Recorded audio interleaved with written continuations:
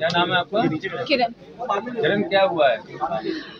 मेरे पिता पहले भोपाल में थे, पहले वो डबरा में थे, तो डबरा में उनकी एक महिला के साथ नाजायज संबंध था टेकनपुर में। उसके बाद फिर उनको ट्रांसफ़र मिला गया, फिर वो भोपाल गए, फिर भोपाल में उनका फिर एक और महिला के साथ हुआ। वो भी किसी अधिकारी के बंगले में काम करती, झाड़ू पोछा खाना बनाती है। सानू थापा उसका नाम है, उसके पति का नाम नरेश थापा है। तो वहाँ उन लोगों का 4 साल के साथ पिछले 4 साल उससे रिश्ता चल रहा है। मेरे पिता ने मेरे शादी के नाम से 10 लाख का लोन निकाला है, और जब हमने उस महिला के बारे में पता किया तो पता चला उस महिला का ये पेशा है। वो मेरे पिता से पहले 3 लोगों के साथ और ऐसा कर चुकी है और फंसा चुकी है। अब मैंने उस महिला को हर तरीके से समझाने की कोशिश करी, गुस्से से, लड़ाई से, प्यार से, लेकिन वो महिला मानने को तैयार नहीं है। इनफैक्ट हमने उसके पति से भी बात करी, तब उसके पति ने बोला कि उसका ऑलरेडी 2 और है, लेकिन असल में जब बात सामने आई तो उसका पति भी इन सारी चीज़ों में शामिल है। और जब मैंने उसको समझाया तो उसकी पत्नी ने मुझे धमकी दी कि तेरे बाप की नौकरी खा जाऊंगी अगर तुम लोग ने मेरे खिलाफ शिकायत करी, और मैं किसी बड़े अधिकारी के घर पे काम कर रही हूँ, तुम सबको निकाल दूंगी। तो वो उस औरत के रोज़ आए दिन हमें धमकी भरे फ़ोन आते रहते हैं। अब मेरे पिता का ये मुद्दा है कि मेरे पिताजी से जब हमने बोला कि हमें हमारा हक दो, तो 17 जुलाई को जब मैंने उस औरत को चिल्लाया फ़ोन पर और थोड़ी सी बदतमीज़ी करी ताकि वो संभल जाए, तो फिर उस औरत के कहने पर मेरे पिताजी मुझे आए। उन्होंने पहले मेरे को हाथ में यहाँ पे चाकू से हमला किया था, जिसका निशान अभी थोड़ा सा मिट गया है। सर पे मारा था क्योंकि मेरे को कोविड के बाद से अस्थमा का पेशेंट हुआ, तो सर पे मारा तो मेरी सांस रुकी। उसके बाद उन्होंने मुझे कुटनी से मारने की कोशिश करी, तो मेरा भाई टॉयलेट से बाहर आया, मम्मी ऊपर पूजा कर दी छत पे, फिर चाकू से हमला किया तो मेरे भाई ने खींच के फेंक दिया। तो सब जगह ऐसा बोला जा रहा है कि बच्चों ने मारा, लेकिन असल कहानी ये है कि मेरे भाई ने उठा के फेंका क्योंकि मुझ पे हमला कर रहे थे। उसके अंदर बटालियन के कुछ लोगों को बुलाया तो उन्होंने समझाया, तो जब समझाया तो उन्होंने मेरी माँ के चरित्र पे उंगली उठाई कि ये ऐसी है। उसके बाद जब बटालियन के जो लोग थे तो उन्होंने बोला कि अपनी वाइफ के बारे में ऐसा नहीं बोल सकते, चिल्ला चोट किया। तो फिर उन्होंने मेरी माँ के चरित्र के बारे में बोलना बंद कर दिया। सेकंड, फिर क्या हुआ, घर वालों के सामने, सबके सामने बोल रहे हैं कि अगर मेरे बच्चे मुझे लेने आते हैं तो मैं घर चला जाऊंगा। तो वो अभी चंदवली नाके में रह रहे हैं। तो फिर मेरे कुछ परिवार के लोग आए, उन्होंने बोला कि तुम्हारे पापा बोल रहे हैं कि चलो। तो परिवार को बचाने के लिए हम वहाँ पे मैं अकेली वहाँ पर गई, और मैं बात करती उससे पहले ही पापा उस महिला से फ़ोन पे बात कर रहे थे।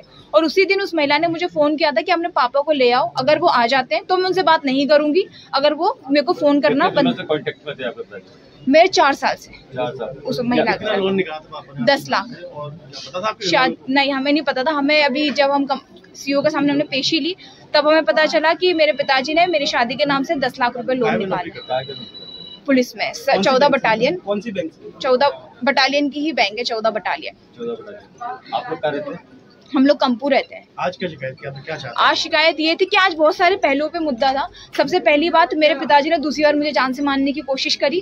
2 अगस्त को मुझे बुलाया, तब उन्होंने मुझे लोहे की रॉड से मारा, जिसके फोटोग्राफ्स मेरे पास हैं।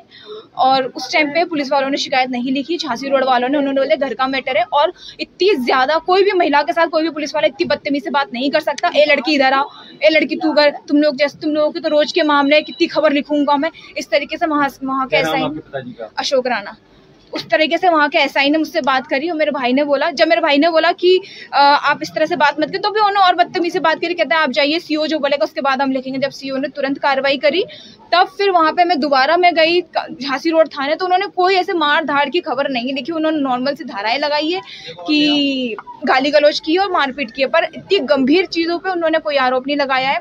फिर उसके बाद उन्होंने रात में 12 बजे तक मुझे थाने में बिठाए रखा, जिसके बाद मेरा मेडिकल हुआ। मेडिकल में मेरे पैरों में एक तरफ गठान आ चुकी थी, तो डॉक्टर की तरफ से ये था कि अगर ज़्यादा पड़ता तो नस फट जाती, लड़की की ऑन द स्पॉट डेथ हो जाती। लेकिन उसके बाद भी उन लोगों ने कोई एक्सरे और कुछ भी ऐसी कार्रवाई नहीं करी। आज क्या आलोचन दिया है?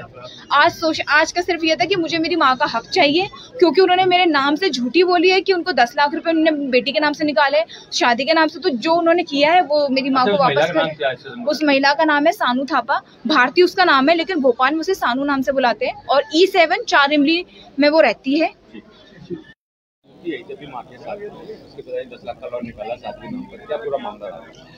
चूँकि जो अवेदिका आई है वो उनके पति 14 बटालियन में प्रधान आरक्षक के पद पर तैनात हैं, और अवेदिका और उनकी बेटी का ये आरोप है कि आवेदक 14 बटालियन में पुलिस विभाग में प्रधान आरक्षक के पद पर तैनात है और उनके किसी महिला के साथ अनैतिक एक्स्ट्रा मैरिटल अफेयर्स हैं और जिसके चलते उनको प्रताड़ित कर रहे हैं और इवन उन्होंने बिना किसी संज्ञान के उन्हीं बेटी की शादी के नाम पर 2021 में 10 लाख रुपए का लोन निकाला था, जबकि वास्तव में शादी का ऐसा कोई प्रोग्राम नहीं था और न ही आज तक कोई शादी हुई है। इस तरीके से उन्होंने शिकायत की थी, जिस संबंध में 14 बटालियन के कमांडेंट द्वारा प्रधान आरक्षक को निलंबित किया गया है।